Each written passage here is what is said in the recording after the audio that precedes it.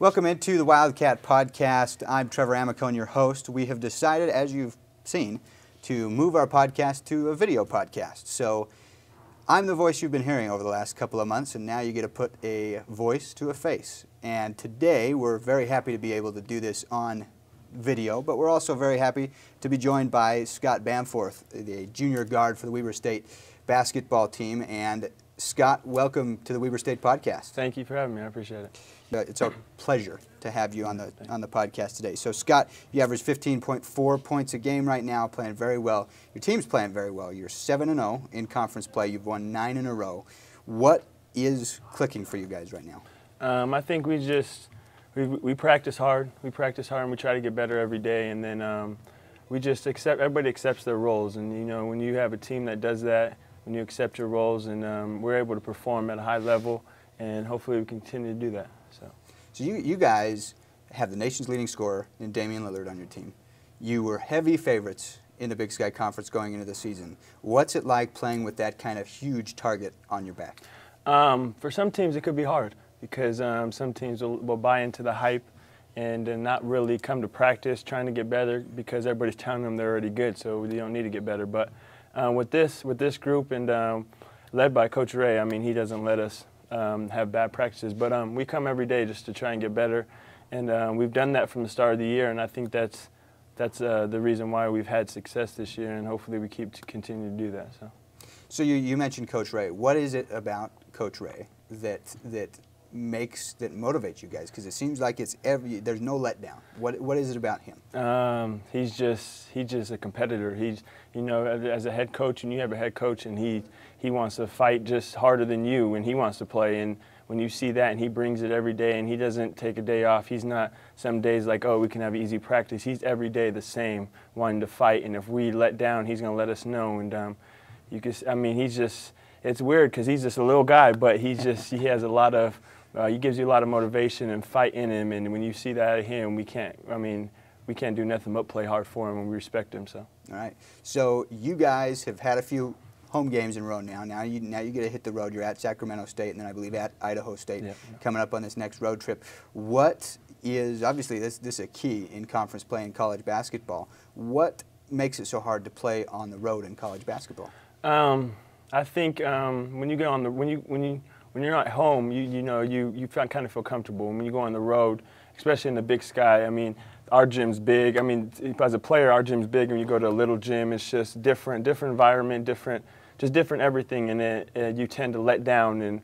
But as we know, I mean, Sacramento State's a good team, even though they're 0-7 or whatever in the Big Sky. They're a good team, and they fought hard playing us here at home, so we know it's going to be a fight. And then to Idaho State, they're a good team. We fought them here too, and so it's some teams are struggling right now, but they're wanting to get that big win, and it could be if they get a win against us, it could spring their season, and to get them going. But hopefully we come in ready to play, and we'll be fine.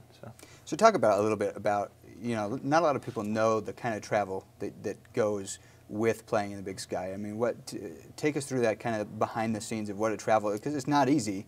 That's part of the reason that I would imagine it's hard to play on the road is not only the difference in gyms and arenas, but also the toll that travel takes on you. Yeah, I mean, it's tiring. It really does. I mean, you travel, you fly out. Sometimes you're at the airport hanging out for 3-4 hours, and then you get there and you're practicing, and then you go to sleep and you wake up, you practice again, and then go to the game, and you're just like you have no time to rest. And then with this trip, I mean, we go to Sac State tomorrow, and then we play, fly back, and then the next day drive 5 hours, 6 hours to Idaho State. I mean, it's tiring, but I love it, and I think we do, and then we know it's going to be hard traveling, and just like it is for every team and every player in any conference, in any school, whatever you're playing. But we know if we just need to come ready to play.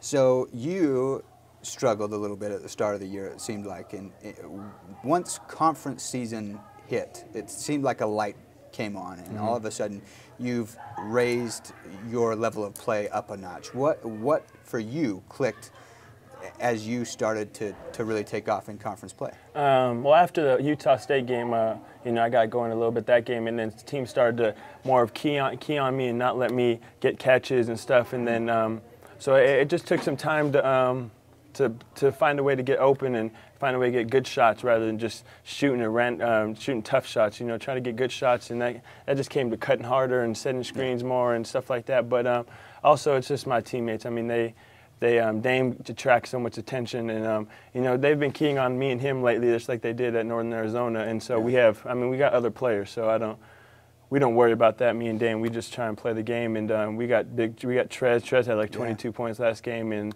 you know, Mook, he was playing good, and Bull's finally playing good again. Jordan, I mean, we just got players. So, but it's nothing personally. I mean, my teammates do a good job of getting me shots and stuff. So I just try to play the game. So you guys have had a lot of injuries over the past couple of years. Obviously, Damian got hurt last year, and then you've had the big injuries to Bull and Mook this season. Do you think that's been, you talk about the depth, and it seems like it's every other night it's somebody else, whether it's Kyle Tresnak or you or Byron Fulton, whoever it is that comes up big. Obviously, Damian's going to get his. But do you think that's the injuries that you've had have been a blessing in disguise in letting other people step up while you've had these injuries? Yeah, I mean, you know, injuries just happen. It's just part of the game. Every team has them. With us, I mean, it's been like 2 injuries here, 3 injuries here, and now we're down to 7 people, and then all of a sudden we get everybody back, and then we're down to 7 people again. It's just back and forth. So I think we just play the game. We just play whatever happens, and we know if we just practice hard, I mean, you're going to get your opportunities, and you just got to take advantage of them. So what's it been like now? Now both Kyle Bollinger and Frank Otis are back. What's that been like? Has that given a boost to your team's morale? Yeah, because we like everybody to be with us. You know what I mean? We want to do it as a team, and we want everybody in, no matter if you help a little bit or a lot. I mean, we all want to do it together, and seeing them, I mean, get hurt. I mean, Mook and Bull, I mean, seeing them get hurt, it hurts us because we know what kind of people they are, and they come to practice hard every day, and then they're gone, and it just takes the energy out of us a little bit. But we fought back, and we've been able to get them back, and now we're just grinding and trying to play hard and every day, and it's fun to have them back because we're happy for them. So you guys, we talked about Damian, and he's obviously getting a lot of attention with more and more scouts showing up to every single game, whether here or on the road. What's it been like playing with Damian? How's he handled the attention? Yeah, he doesn't worry about that. He just plays the game. He plays basketball. He knows that if he puts hard work in, I mean, things are going to happen for him in the future, and I hope it does, and I know it will. I do know it will because he just works hard and he's a good player. But he doesn't focus on that. That's the main thing with him. I mean, people try to say or try to tell him he's this and that. And he doesn't listen. He just plays the game and works hard. And when he does that, when you don't focus on what you want to do in the future and you just focus on what you're doing now, all of it's going to take care of itself, and that's what he does. But he'll have a future, and I hope he does, and I pray he does. So that'd be good. So you guys, you're from Albuquerque, New Mexico, right? You came to Weber State via Western Nebraska Community College. Yeah. What brought you here to Weber State? Well, they recruited me, obviously, but I mean, when I first came here, I just loved it here. It was a great place to be. I could tell, you know, the coaching staffs were just great people, and then playing with them, when you come, you play with them a little bit, and you just have great guys around you. You know, coming from junior college, you're used to an environment of just not really, I can't say bad people, but just people that, you know, don't really care about the right things and winning, you know, and that's just how it is in junior college a lot of times, and you get a lot of selfish people. When I came here, there was none of that, and that's what I liked a lot, and I knew that if I came here, I was just able to help them a little bit, and we'd be able to win, and that's what I've tried to do, and but yeah, it comes from the coaches. I mean, it starts with Coach Ray. He's just a great person, and he doesn't put up with that selfish stuff at all, and that's what I like about him. So if there's a recruit listening right now or watching our podcast right now, what's your pitch to get them to come here and join you at Weber State? You can be successful here while winning. That's the main thing. I mean, a lot of players want to get the numbers and all this, but a lot of them don't win. You know, that's not their goal. When you put your goal into winning, like we do here, if you're a good player, you're going to be successful, and you're going to have numbers and do things and be able to have a future playing basketball. But that's all I'm saying. If you like to win, I mean, you can come here. So you guys, and you talked about this a little bit earlier, but you guys seem so close and tight-knit as a team. How did that happen? We just like each other. We just really have fun with each other every day. Practice. I mean, we come to the gym at night.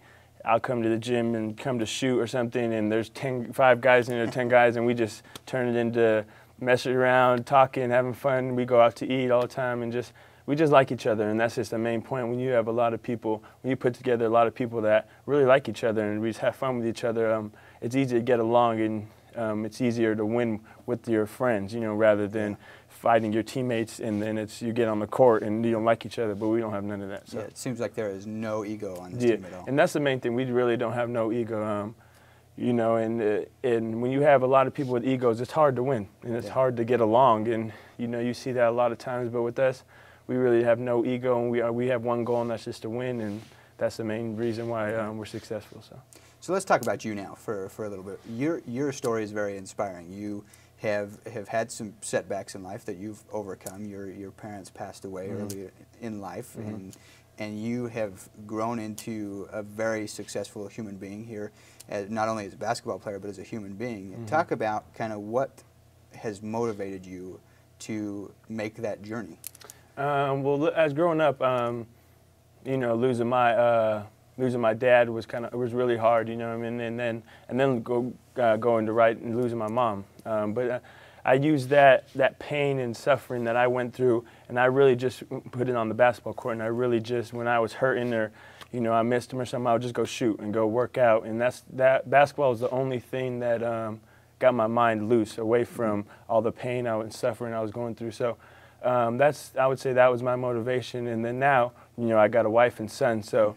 You know, when I see my son, I'm just like, I can't wait till he's a little bit older so he can see me play. But yeah, I kind of use them as motivation now. You know, I still use my parents as motivation, but I use them as motivation now because I wanna do it for them, and I want to be successful so I can support them throughout their whole life, so my wife doesn't ever have to work and stuff like that. So, but yeah, I just use that as motivation, and I just try to stay focused. But yeah, I mean, just all the pain and hurt I went through, that was my motivation to be a better basketball player. So. Yeah, well, we've got all sorts of highlights for your son, so we'll keep those on track for you. So your advice for someone who may be watching, who's going through similar setbacks, who is struggling but trying to overcome those types of things, what advice would you give them? Man, it's hard. It's hard. I know what I went through was hard. It was tough. I mean, I'm not going to sit here and feel sorry for myself, but it was tough. At times it was really hard to get through, but I had a lot of people, you know, help me in my life. It wasn't, I just didn't do it myself. I had all kinds of family, you know, that was there for me all the time. But I would say my advice is use that pain and suffering you're going through to put it into something that is going to make you successful, whether it's basketball or anything in life. You know, just use that pain to give you energy, you know what I mean, to do something successful and make something of yourself. So you talked about it. You and your wife Kendra have had a baby boy just recently. How old is he now? 10 weeks, 11 weeks. Wow. Yeah. So it's still he's pretty little. young. Yeah. So what's it been like being a father? It's been great. It's been great. You know, people say, oh, it's so hard and changing, but it might be. My wife does a lot more than I do. I would say she's the one waking up at night and stuff, but it's just fun. It's really fun just to see him grow and to see where he came from, you know, being like 5 pounds when he was born to now he's like 9 pounds and just growing, and now he's smiling at you and stuff. But it's really fun. It's really fun. It lets you put life in perspective rather than just life is about basketball, because that's all I ever knew. When I have him, it's a whole other thing in life, and I love it. So. And what's his name? Kingston. And he must be sleeping well then. Yeah. yeah, he's doing better. So now that's a lot of things to be juggling at one time. Being a student athlete is not an easy thing in its own right, but you're also going to school and raising now a baby boy. How do you balance all of that? You just always got to be doing something. You know, you never. I try to get my rest when I can, but you know, you're always doing something, whether it's going to class or going to practice or going to work out and get better, or taking care of your son, or going to eat with your wife. You're just always doing something. You know, there's never really downtime. But you know, my wife's great. She does more diaper changing and cleaning more than I do, and but she loves it, and so it's hard, but it's fun at the same time, and I enjoy it. So we'll edit that out so she doesn't keep score. Got you. So what is, you're majoring in human performance management, correct? So obviously the main goal is you want to play basketball for the rest of your life. Yeah. what if that doesn't work out? What do you want to do with human performance management? I don't know. I haven't really thought of that yet, honestly. I know that my degree would take me somewhere and be able to do something, personal training or something like that. But, I don't really think about too far ahead. I just think about all I've known in my life is to play basketball. Yeah. So I guess when that day comes, I'll figure something out. So I don't know.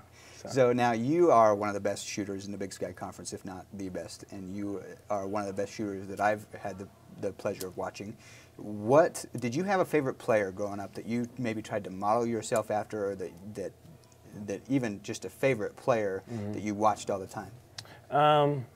I can't really say I have a favorite player because growing up, I mean, everybody liked Michael Jordan or whatever, but he wasn't really a shooter or nothing like that. So I can't really say I have a favorite player.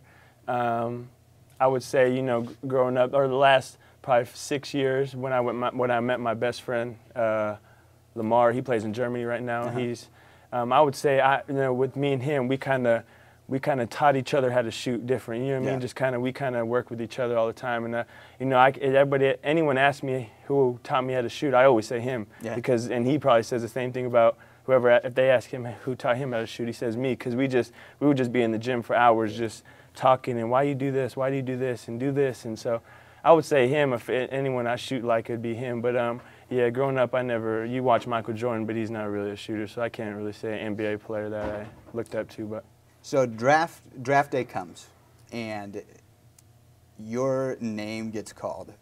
Did you have a team growing up that would be like your dream team to get drafted by? I didn't. I really didn't, because I still, to this day, if I had a favorite NBA team, I couldn't tell you. I would say the Bulls, because my best friend's team, and I just watch them because I want them to lose so I can tell him how bad they suck. But I can't really say. I would like to play for the Bulls, I guess. But yeah, I can't really say NBA team, but that would just be a blessing if that ever happened. But yeah, I would say the Bulls, I guess. So we like to have a little bit of fun before we wrap up on our podcast every week. And so we'd like to ask you a few feature questions, a few what we call first date questions. Okay. So we'll go through a rapid fire type of thing. You don't have to answer the nice long interview answer right. So we'll start out with favorites. What is your favorite food? I guess Mexican food. Mexican food. Gotcha. What kind of Mexican food in specific? My mom's enchiladas, and I haven't had them obviously since she passed away, but yeah, I would say enchiladas. Where's your favorite place to eat? Rodizio's. I don't blame you. Yeah, I don't blame you. So, what's your favorite thing about living in Utah? Playing basketball, Weber State. Yeah, good answer. Yeah, that's a good answer. Yeah. So, do you have a favorite movie? I have a few. Can I say a few? Absolutely. As long as you pick one at the end. Okay. One of my fews. I like Lincoln Lawyer. Okay, that's Inside Man. And I just seen one the other day. I forgot with my wife. I don't know, but I would say Inside Man is my favorite movie. So, do you have a favorite actor or actress, or both? I would say Denzel Washington, because every movie I watch of him, it's pretty good. So. What is your biggest pet peeve? I don't know if I have one. Nothing bugs you, ever? I would like to say no. My wife would probably say something different, but yeah, I don't have one really. No. Well, that's too bad that you're married. That I don't make shots. Oh, there you go. Good, I was going to say, if nothing bugs you, I have an opening for a roommate, and if nothing bugs you, we could live together. It'd be great. So, where's your favorite place you've ever been on vacation? I went to San Diego with some of my family a while back, so that was pretty fun. What did you like most about San Diego? Just the weather. It was pretty fun. It was just pretty much the first vacation I've been on, just hanging out and doing nothing, but just the weather was nice. So. And what's the favorite place, maybe that's not vacation place, but what's the favorite place you've gone to play basketball, favorite venue or arena you've played in? I think we went to Oregon last year. I don't know about the city or nothing like that, but just a brand new arena. It was really nice, so that was probably the best arena we played in. So. Have you had a favorite city that you've gone to for basketball that you've enjoyed?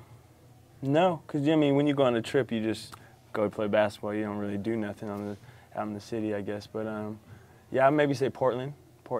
Yeah, it was that's pretty nice. Yeah, we went nice and walked around a little bit, so it was good. So do you have favorite kind of music, favorite kind of band? Yeah, I like rap. Yeah. So they don't have really bands and rap, but Who's your favorite artist? Young Jeezy. Okay. Yeah. So is that what you listen to before a game? Yeah.